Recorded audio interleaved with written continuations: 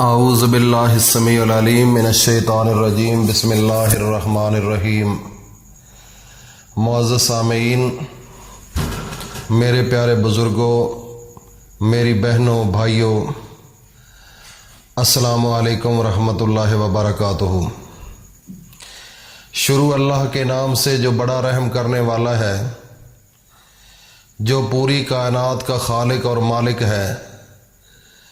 وہ ذات اتنی طاقتور ہے کہ جس ذات نے 4 دن کے اندر زمین کو بنایا اور اس زمین کے اوپر سمندر، سرسبز و شاداب کھیت، باغات، اور اللہ رب العزت نے 2 دن کے اندر آسمانوں کو بنایا، جس میں 7 آسمان اور سورج، چاند، ستاروں سے اس کو مزین کیا۔ میرے بھائیوں اور دوستو، یہ اللہ ہی کر سکتا ہے، اور واحد اللہ ایک ایسی ذات ہے جو پوری کائنات کو رزق دے رہی ہے اور اپنی مرضی سے اس کو چلا رہی ہے۔ انسان کے بس کی کوئی بات نہیں۔ انسان تو اپنی مرضی سے پیدا بھی نہیں ہوا اور اپنی مرضی کے ساتھ مرے گا بھی نہیں، اور رزق بھی اللہ کے ہاتھ میں ہے۔ جس کو چاہتا ہے عطا کرتا ہے، جس کو چاہتا ہے یہ نعمت چھین لیتا ہے۔ میرے بھائیوں اور دوستوں، میری ماؤں، بہنوں، بیٹیوں، اللہ کی ذات وہ ذات ہے جس کو دیتا ہے بیماری اور پھر بیماری سے شفا۔ اور کچھ لوگ ایسے ہوتے ہیں جو بیماری کی وجہ سے اس دنیا سے چل بستے ہیں۔ یہ سب کچھ، ہر چیز پر اللہ تعالیٰ کی ذات قادر ہے۔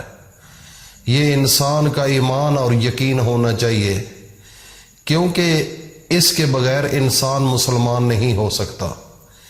1,24,000 پیغمبر اس دنیا میں اللہ نے اسی لیے بھیجے ہیں کہ ہر انسان کا توکل اللہ کی ذات پر بن جائے اور تہ دل کی اتھاہ گہرائیوں سے اللہ کو مان لے۔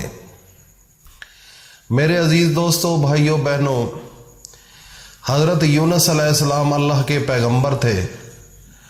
وہ پیغمبر ہونے کے ناطے اللہ نے ان کے اوپر ان کی چھوٹی سی غلطی کی وجہ سے ایک بہت بڑی آزمائش میں ڈال دیا۔ مچھلی نے ان کو نگل لیا اور سمندر کی تہ میں چلی گئی۔ آپ اندازہ لگا لیجئے کہ ایک انسان اگر مچھلی کے پیٹ میں چلا جائے تو اس کی کیسی کیفیات ہوگی، لیکن اللہ نے ان کو مچھلی کے پیٹ میں بھی زندہ رکھا۔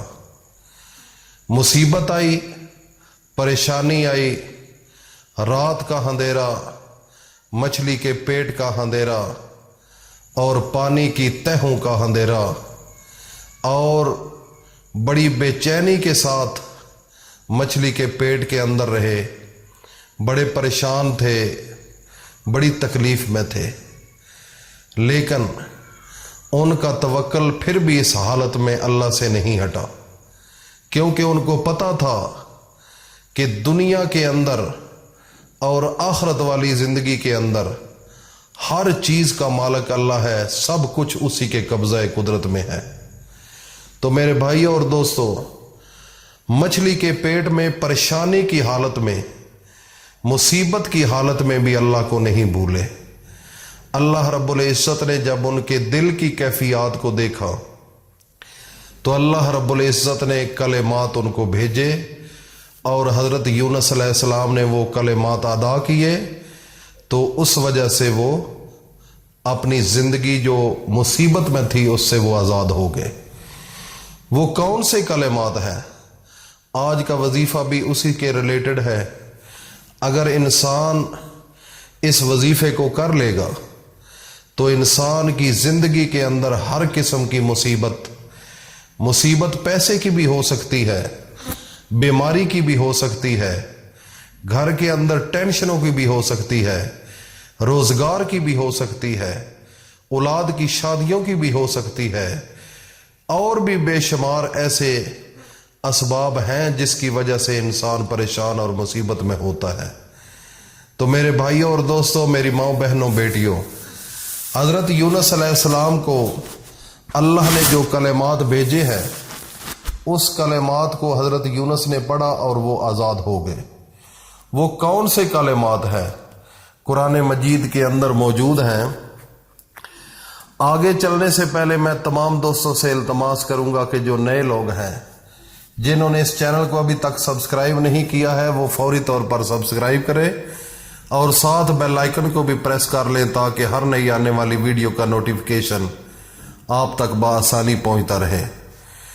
میرے بھائیوں اور دوستوں، میری ماں بہنوں بیٹیوں، حضرت یونس علیہ السلام کو جو کلمات آسمان سے اتارے گئے اور حضرت یونس کو بھیجے گئے اور یونس علیہ السلام نے وہ کلمات ادا کیے، وہ یہ تھے کہ لا الہ الا انت سبحانک انی کنت من الظالمین۔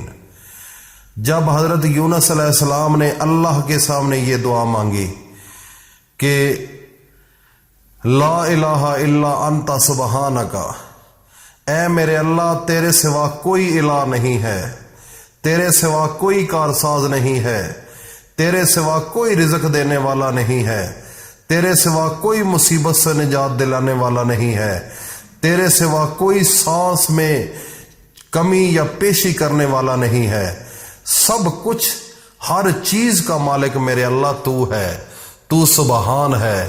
میں نے اپنی جان پر جو زیادتی کی ہے وہ مجھے اللہ اس ظلم سے اسے نجات دے دے مجھے۔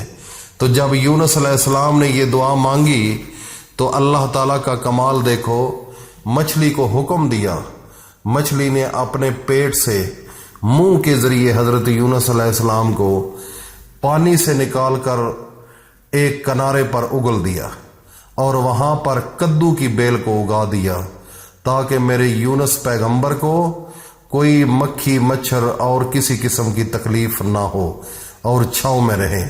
یہ ہیں حضرت یونس علیہ السلام کے کلمات، اور آج کا وظیفہ بھی اسی کے ریلیٹڈ ہے۔ جو انسان عصر کی نماز کے بعد 2 رکعت نماز نفل پڑھے گا اور سورت فاتحہ جو ہے قیام کے اندر پڑھی جاتی ہے، وہاں لا الہ الا انت سبحانک انی کنت من الظالمین جب پڑھے گا تو اس کی ایک تسبیح پڑھنی ہے، ایک تسبیح پہلے قیام میں، ایک تسبیح دوسرے قیام میں۔ آپ جب پڑھ لیں 2 نفل، صلاۃ الحاجات نیت کرنی ہے، اس کے بعد اللہ کے سامنے ہاتھ اٹھا کر رو کر دعا مانگنی ہے۔ اللہ رب العزت آپ کو ہر قسم کی پریشانی، دکھ، تکلیفوں اور تنگ دستی سے آزاد فرما دیں گے۔ اللہ پاک ہم سب کا حامی و ناصر ہو، اور اس وظیفے کو صدقہ جاریہ سمجھ کر اپنے دوستوں میں شیئر کرو تاکہ ہر انسان مسلمان اس سے فائدہ اٹھا سکے۔ اللہ پاک ہم سب کو اپنی حفظ و امان میں رکھے۔ السلام علیکم ورحمۃ اللہ وبرکاتہ۔